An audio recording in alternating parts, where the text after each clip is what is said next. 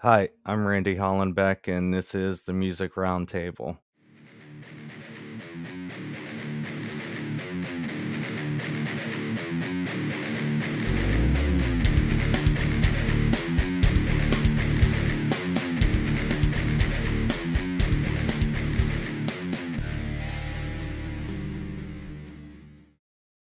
Today on the show, we have Blake from hardcore rock band Awaken the Giant.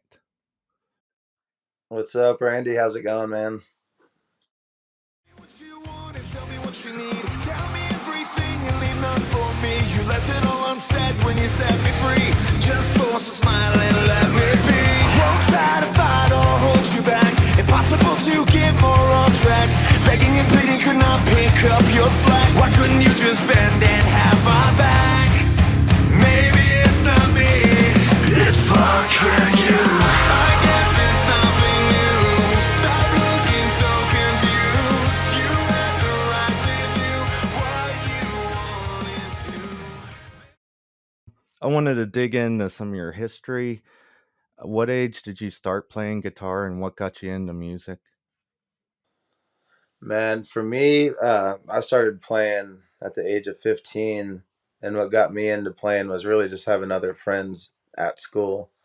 They were kind of rocking, and I was like, man, I want to do that too, you know? So it's kind of seeing some friends do it, and I just definitely wanted to be a part of that. Okay. Can you tell me some of your musical influences on guitar? Yeah, man, there's so many, but I listen to I listen to everything from like Boston and bands like that to more like metalcore bands, like A Day to Remember. I listened to, Atreyu was a big influence when I was younger. Under Oath, bands like this. But I really listened to so many different styles. It's hard to pinpoint specifics. Can you tell me how the band formed? Yeah, man. So Tab and I have been playing in a few bands throughout the years already, and we decided to leave our last band and focus on writing a style of music that we wanted to write and kind of do what we wanted to do with it, and that became Awaken the Giant. So after a few different bands together, we decided to just start fresh and just write together and be the sole songwriters and all that good stuff. So yeah, so we started ATG and officially in 2017. And how did you get the other two members in the band? So over the years, we've had a few kind of like fill-ins here and there. We had nothing permanent, but a few months ago, we had played a couple shows with this band called Silent Trust out of Mississippi, and after hanging out with them a couple of times and everything, they asked if like, hey, you guys need a permanent drummer, do you need another guitar player or whatnot? And it all made sense, so we decided to say like, yeah, let's do it. And as of a few months ago, yeah, we've been rocking full band, and we just released the EP not too long ago, and we've got we just got done with a little 1 week tour, and yeah, man, so we're keeping it busy now. How did you guys come up with the name for the band? Awaken the Giant was just kind of is basically just Tab came up with the name, and it's basically just awaken that thing inside you. You know what I mean? Like that's as simple as it is, but we like the name and we agreed on it, and it's just like breaking out of a shell and just going for it. What city is your band based out of? Houston, Texas, but our other two members actually live in Gulfport, Mississippi. When the pandemic hit and live music shut down for that whole year, what did you do during that time? You know what? We took time away from music, as most people did, but we took time away from music pretty much during the whole time of that pandemic to focus on. I have a daughter of my own, so I spent time with her. I was doing some work and stuff like that. So I spent a lot of time traveling the U.S. actually. And Tab, spent a lot of time with his girlfriend and their kids, and just enjoying the family time and just kind of enjoying a little break from the music altogether.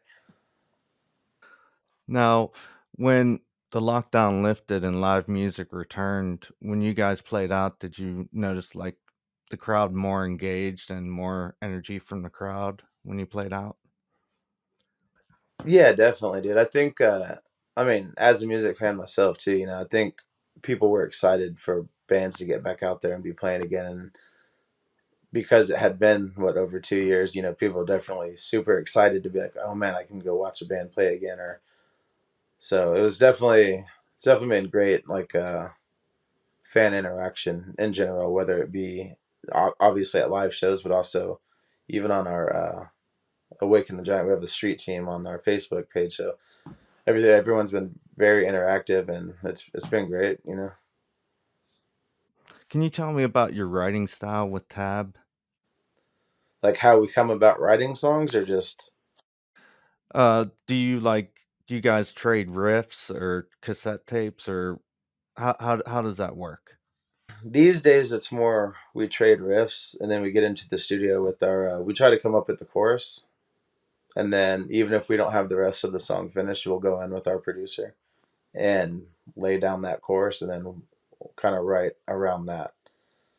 Um, but we've also in the past we've sat down in the room together and physically wrote lyrics together. We physically jammed on the guitar together. Like he might have an idea, and I would sprinkle on my take on it, or vice versa, and we'd kind of just get together and, hey, I got this. Hey, I got this, and like, oh, let's change this, or it'd be cool if we did this, and kind of that whole thing. And so either way, man. But yeah, we've been writing together for a long time now, and it just we at least we feel like we have something special. It's like easy to do with each other.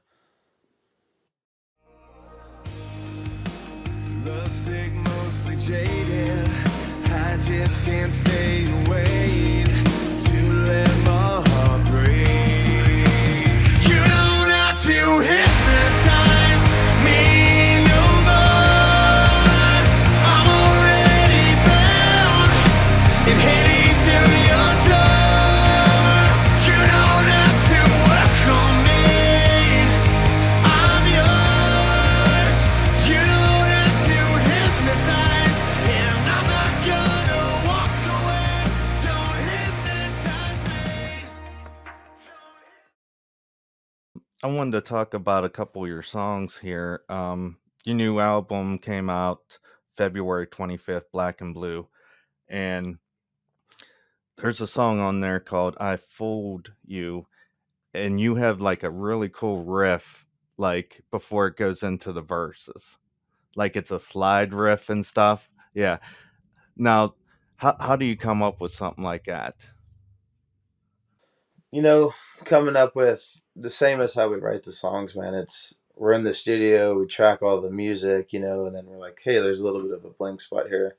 We knew we wanted some kind of lead or some kind of something guitar wise in that part. So literally just kind of doing a couple takes in the studio and exchanging ideas, and that ultimately came up with that little riff you hear, which definitely was a great add on. And like I said, it's so in the studio, it's myself, Tab, and our producer Robbie, and we just kind of all three go back and forth and kind of come up with some certain ideas and things like that. And he definitely brings the song.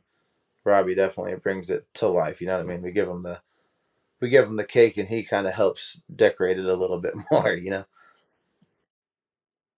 Now that song, I Fooled You, what I got out of it was like there's two different points of view, like a man and a woman, and it just like their different idea of how the relationship ended. Yeah, yeah, and it's kind of like it's kind of like the blame game. The relationship ended. Was it me? Is it you? What's really the cause of this? So that's the whole idea of kind of having two perspectives in that song was, yeah, for that exact point there. And you have another song called Hypnotized. And there's some lyrics in there. It says, "You don't have to hypnotize me no more. I already I'm already bound and headed to your door. You don't have to work on me. I'm yours." And what I got from that is it's either a really good love song or it's a very toxic relationship. That one's actually a really good, a really, that one's about just being in a happy relationship, actually, and just, everything just being perfect and, and perfect harmony and everything's great and saying, like, you don't have to hypnotize me. Like, we're good. Like, I am yours. You know what I mean? You're mine, I'm yours. And that one's actually meant to be a happy-go-lucky type of tune. Unlike some of our other ones are more focused on heartbreak and that nature.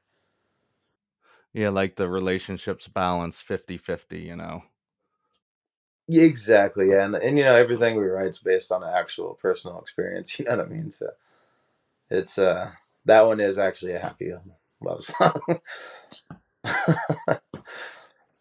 Unlike the I Fooled You, and the Make Believe, and those songs are kind of based on particular people. But the other thing too is, like, not just us, but a lot of music in general is like, we might write it to mean a specific thing, but what we love about, like, our fans is that, anyone can interpret it into whatever they may be going through in life. So it could be relationship, it could be addiction, depression, we've a lot of us have struggled with all of those things, you know what I mean? So we're happy that people can relate in whichever way they need to relate to it. What do you guys got planned for 2022? So we got the EP out, which was the main focus as far as, like, early in this year. We just got done with the small tour we did. Moving forward, we are, as far as releasing music, we will be releasing, I can tell you we'll probably release two or three more singles this year, spread out, uh, several music videos, and focusing on, so we have a festival called Fayard Fest coming up on the 26th, which is in Mississippi. And then we got added to CPR Fest, which is the rock station out there in Mississippi as well.